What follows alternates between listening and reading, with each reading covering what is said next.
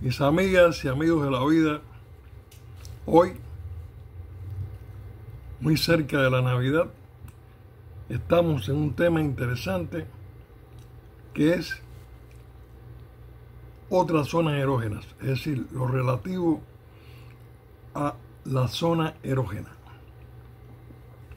Vamos un poco a hablar sobre eso, es muy importante, tiene que ver mucho con nuestras sensibilidades, sensaciones y vivencias, y es muy importante que ustedes tengan esta base también dentro de esto que se ha convertido más prácticamente en una escuela de la salud mental, tratando de poner parches para que la gente pueda entender el grano o superarlo. Y además es muy interesante que ustedes vean en qué se han ocupado los psicoanalistas, aparte del trabajo diario, privado, silencioso, con la lucha por el alivio al paciente, la curación del paciente. Que se sepa también todo lo que ha profundizado el psicoanálisis en cuanto a los estudios del hombre en todos los sentidos, en todos los aspectos. Toda la superficie de la piel, así como todas las membranas mucosas, tienen una función de zona erógena.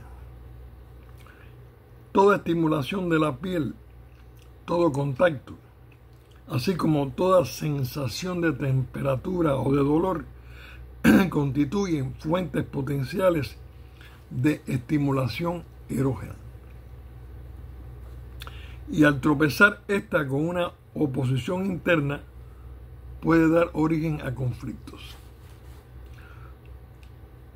Hay que ir paso a paso, lentamente, tratando de no confundirnos. El erotismo de la temperatura, por ejemplo, en especial, se combina a menudo con el erotismo oral temprano, nos referimos al niño, y constituye un componente esencial de la sexualidad receptiva primitiva. Tener contacto cutáneo con el partener, con la pareja, y sentir el calor de su cuerpo seguirá siendo un componente esencial de toda relación amorosa. Toda relación amorosa. Esto resulta especialmente notorio en las formas arcaicas de amor, donde los objetos sirven más bien como meros instrumentos para el logro de una satisfacción. El intenso placer del calor, frecuentemente manifestado en los hábitos neuróticos del baño, es fácil de hallar en personas que simultáneamente presentan otros signos de orientación pasivo-receptiva, especialmente en el aspecto de la regulación de la autoestima. Veo que hay que hacer bastantes preguntas. Yo sé que el tema del psicoanálisis hay mucha inhibición. Los comentarios que más tengo son siempre que bien, profe, interesante, pero hay algo muy interesante en este mundo psicoanalítico, es que la gente teme preguntar porque teme ser él mismo delatado, como asociado a tener el problema de la pregunta que hace. Eso lo entendemos, pero no necesariamente es así. Y si es así, ¿qué? Si todos en realidad, todos, igual que aquello de tira la piedra al que esté libre de pecado, no hay un solo ser humano que no haya vivido las mismas experiencias que hemos vivido todos, donde unos han vivido más intensidad, menos intensidad, más dolor, menos dolor, más sufrimiento, menos sufrimiento, pero todos hemos tenido que ir satisfaciendo las necesidades básicas y perentorias, y todos hemos tenido que ir creciendo. Nosotros somos un ser que va creciendo y somos también un ser que va aprendiendo. El intenso placer del calor frecuentemente manifestado en los hábitos neuróticos del baño. Es fácil de hallar en personas que simultáneamente presentan otros signos de orientación pasivo-receptiva, especialmente en el aspecto de la regulación de la autoestima. Para estas personas, lograr cariño, vamos a ponerlo entre paréntesis, significa lograr calor. Lograr calor. Son personalidades, y vamos a ponerlo entre paréntesis, congeladas, que se descongelan en una atmósfera cálida. Personas que pueden permanecer sentadas durante horas en un baño caliente o sobre un artefacto de calefacción. Estos temas no los vamos a encontrar todos los días, sino quizás se nos presenten desde el punto de vista de la necesidad de vendernos algo, pero tenemos que aprovechar todas estas lecturas y todos estos análisis. El erotismo del contacto es comparable a la escoctofilia. El erotismo del contacto es comparable a la escoctofilia, y ambos representan la excitación producida por estímulos sensoriales específicos. Una vez alcanzada la primacía genital, estas estimulaciones sensoriales tienen la función de promotores de la excitación y desempeñan el correspondiente papel en el placer preliminar. Qué interesante es cuando estamos excitados, y si podemos hacer a posteriores un análisis, ver cuántos factores psicológicos, somáticos y psíquicos intervinieron en esa excitación y en esa atracción. Si durante la infancia han sido objeto de rechazo, permanecerían aisladas, reclamando por propia cuenta una gratificación plena y perturbando con ello la integración sexual. Sé que hay muchísima gente interesada en el sexo. Lo que más impacta en el mundo del psicoanálisis son la cantidad de problemas sexuales que la gente no es capaz de reconocer. Por supuesto, tiene sus grados. Va desde inhibiciones, va desde hasta el que tiene vergüenza de hacer una pregunta, pero está también el que está verdaderamente tan enfermo que no puede ni manejar su vida sexual.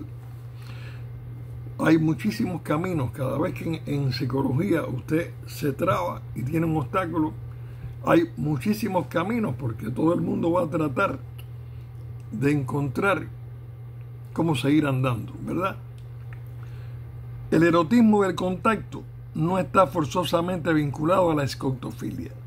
Esto después con calma, alguna palabra pueden preguntarme o pueden buscarla o pueden analizar el párrafo. En el caso de un escultor que padecía de inhibiciones neuróticas, sabemos ya qué es eso, se encontró que la base de la neurosis eran temores específicos que se habían vinculado a objetivos del erotismo del contacto. El erotismo del contacto.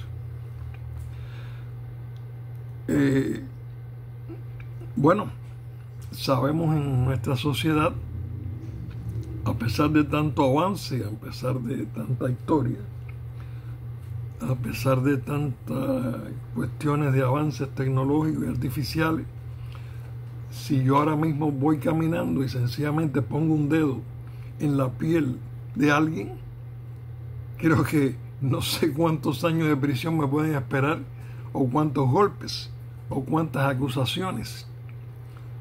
Así que esto es interesante.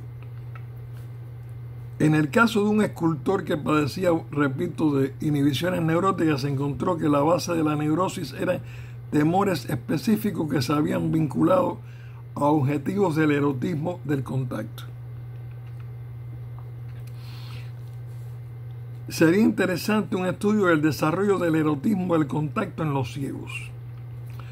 La sublimación del placer de contacto es de gran importancia para el yo en su aprendizaje del control del mundo externo.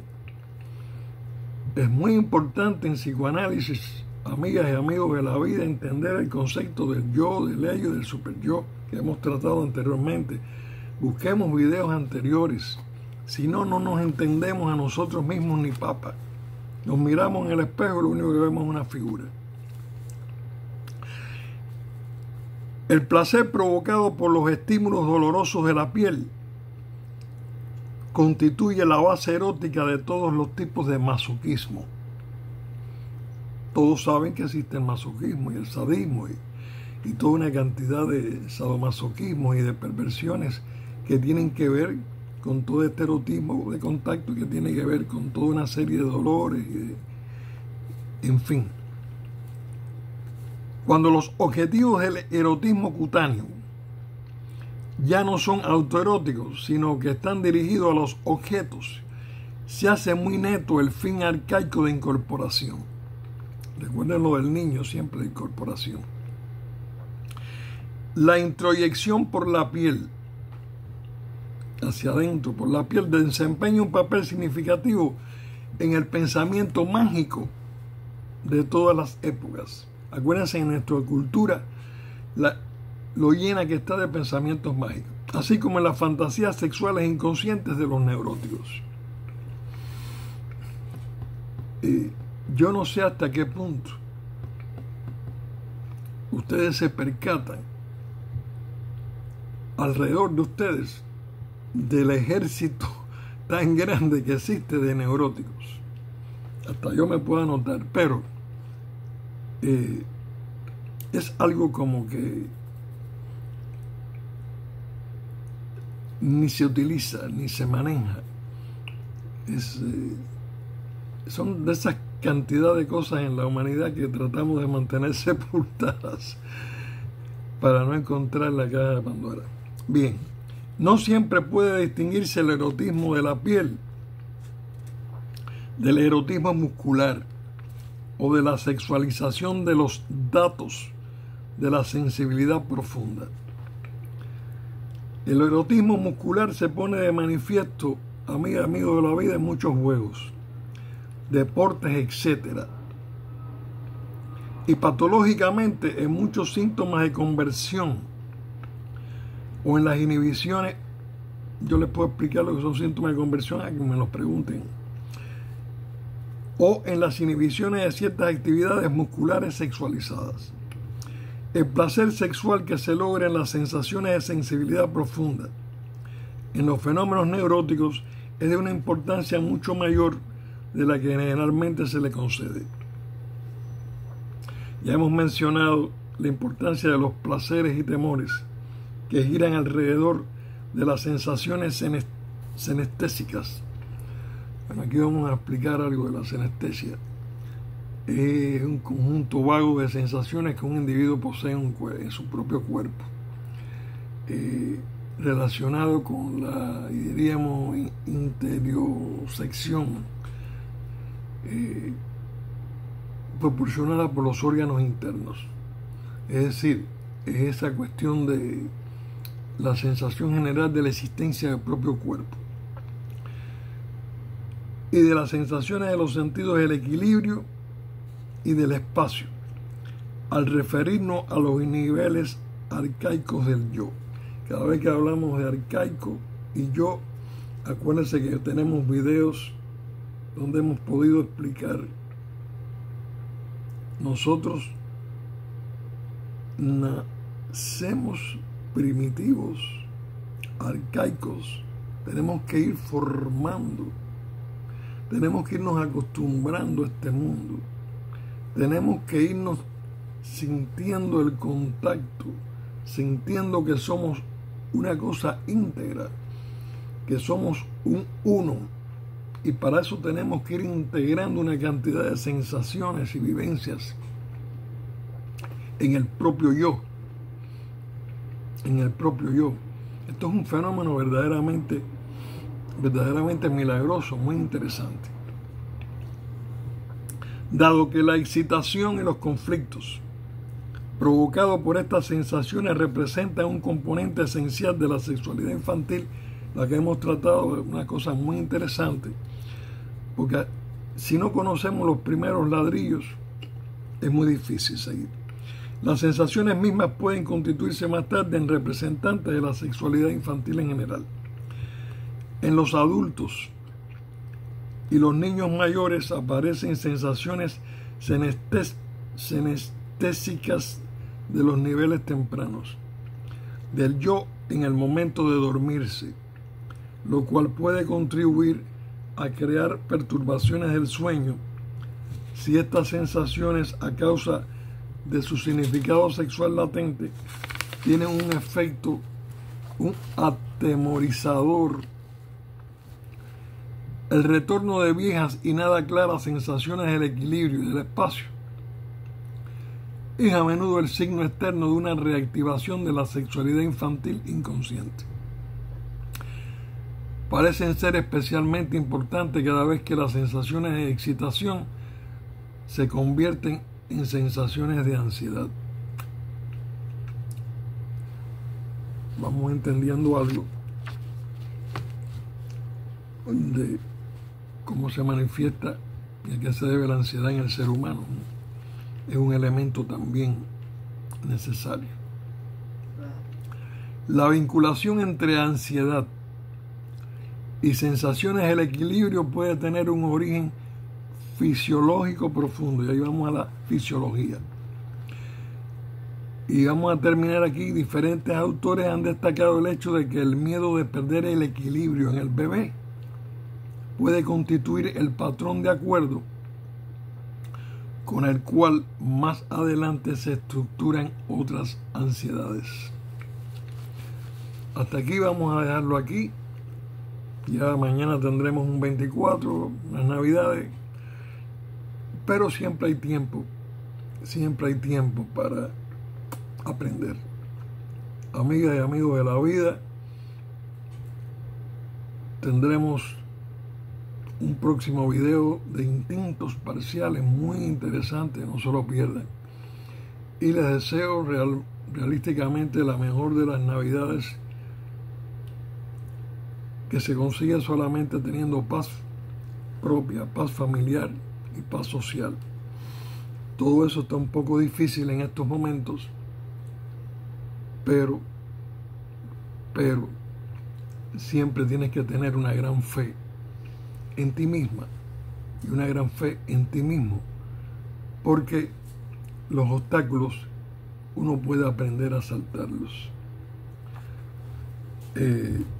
Muchos millones de neuróticos en el mundo, desesperados, la primera vez que acudieron al psicoanalista, no se imaginaron el alivio y la comprensión a sus problemas que iban a recibir. Este es el mensaje de que siempre de verdad podemos tener fe.